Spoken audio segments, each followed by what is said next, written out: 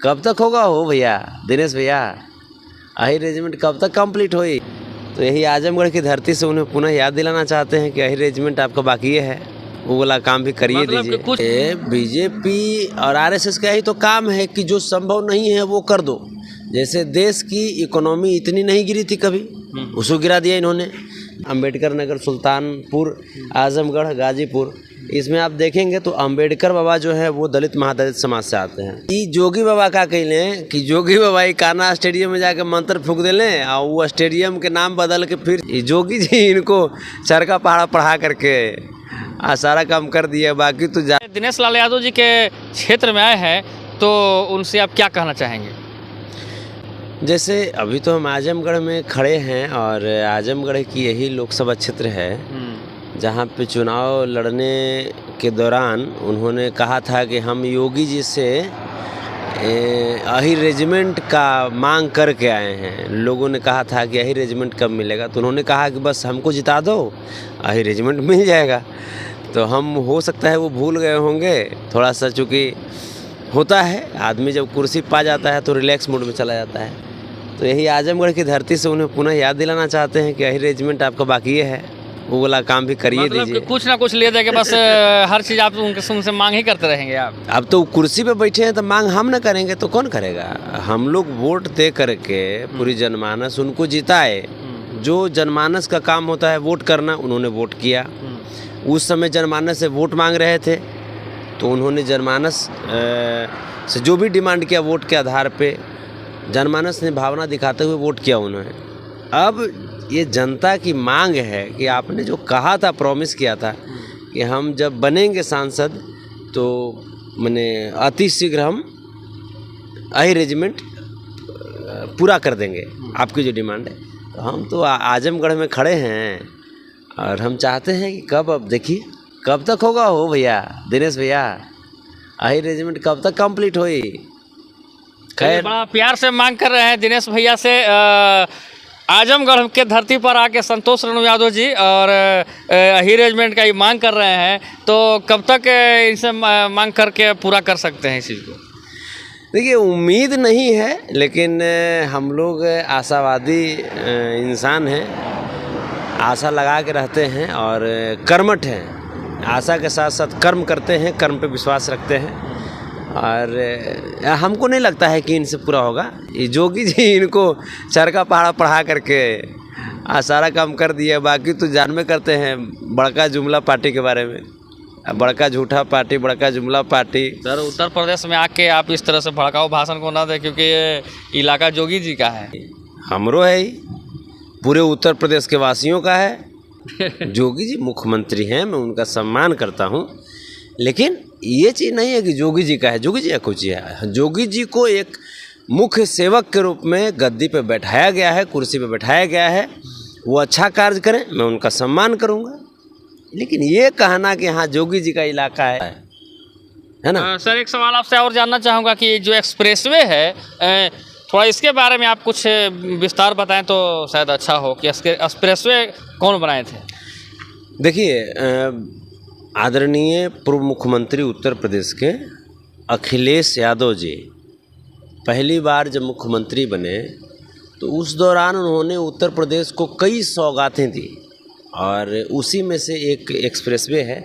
और उन्होंने कहा था कि हम ऐसा एक्सप्रेसवे बनाएंगे, आप जब गुजरे होंगे तो आप देखे होंगे, यमुना एक्सप्रेसवे आपको मिला होगा, आगरा लखनऊ एक्सप्रेसवे मिला होगा, ये आपको मिल रहा है।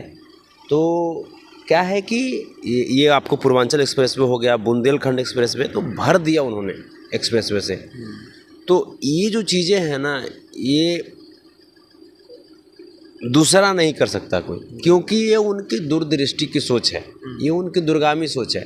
वो विदेश में रह करके पढ़े लिखे, और कहने का मतलब कि जो जिस परिवेश में रहता है, जो जिसकी जहाँ तक पढ़ाई लिखाई, जैसी पढ़ाई लिखाई होती है जिस वातावरण में, उसका असर कहीं ना कहीं पड़ता है।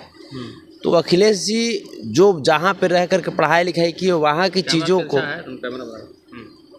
जहाँ पे रह करके पढ़ाई लिखाई की, वहाँ की चीज़ों को अखिलेश जी अपने राज्य में, अपने मुख्यमंत्री, खुद को मुख्यमंत्री रहते भर में इम्प्लीमेंट करना चाहते थे और उन्होंने इम्प्लीमेंट किया भी, है ना। तो आपने देखा इकाना स्टेडियम, इकाना स्टेडियम उन्होंने बनाया था। काफ़ी उन्होंने उत्तर प्रदेश में विकास किया है, वो विकास उनकी दिख रही थी, स्टेडियम बनाए हैं, बहुत सारे चीज़ देख रहे थे। अब तो ई जोगी बाबा का कहलें कि जोगी बाबा इकाना स्टेडियम में जाके मंत्र फूक देलें और वो स्टेडियम के नाम बदल के फिर से ओकरा कीजिए भाई जोगी आदित्यनाथ जी बनाए हैं। तो अच्छी बात है, कम से कम आप अखिलेश जी के किए गए कार्य जैसे कार्य तो नहीं कर रहे हैं, लेकिन कम से कम नामे में बदल रहे हैं।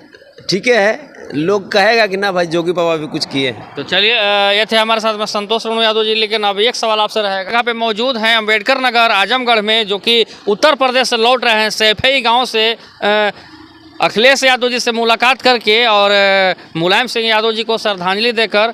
तो सर ये बताइए आप कि अभी आप यहाँ से कहाँ जा रहे हैं? यहाँ से निकलेंगे पटना के लिए, और पटना में भी है कुछ कार्य है, संगठन को यदुवंशी सेना को लेकर के कुछ काम है, तो उसको पूरा करना है, तमाम कार्यक्रम में शामिल होना है।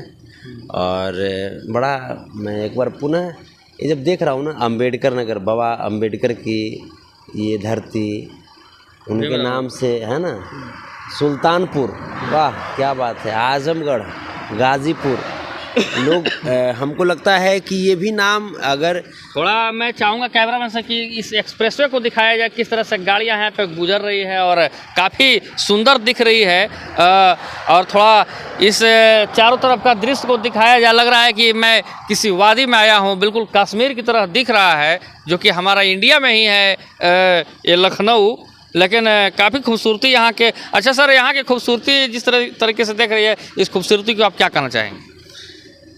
हिंदुस्तान का हर कोना, हिंदुस्तान का हर वो भाग, चाहे उत्तर दक्षिण पूर्व पश्चिम कहीं भी कीजिए, खूबसूरत है। और तभी तो जैसे इसे खूबसूरत कौन बनाया?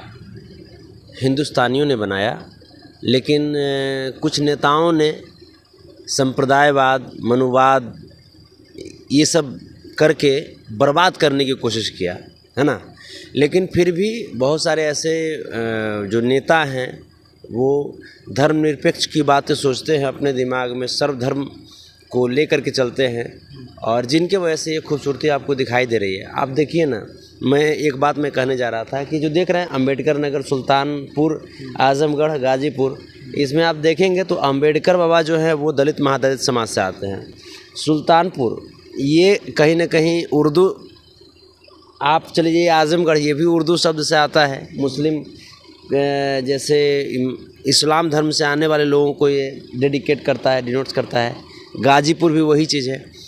हमको ऐसा लग रहा है ये कितनी खूबसूरत लग रही है, हिंदू मुस्लिम सिख ईसाई आपस में सब भाई भाई, लेकिन आरएसएस वाले जो लोग हैं, हमको ऐसा डर है कि ये अम्बेडकर नगर भी बदल जाएगा, सुल्तानपुर भी बदल जाएगा, आजमगढ़ बदल जाएगा। देखिए, बहुत बड़ी बात बोल रहे हैं संतोष रणु यादव जी कि अम्बेडकर नगर का भी नाम बदल दिया जाएगा यूपी में, आजमगढ़ भी बदल दिया जाएगा और गाजीपुर का भी नाम बदल दिया जाएगा। तो शायद ऐसा संभव नहीं है, क्योंकि बहुत पुराने नाम चिन्ह हैं।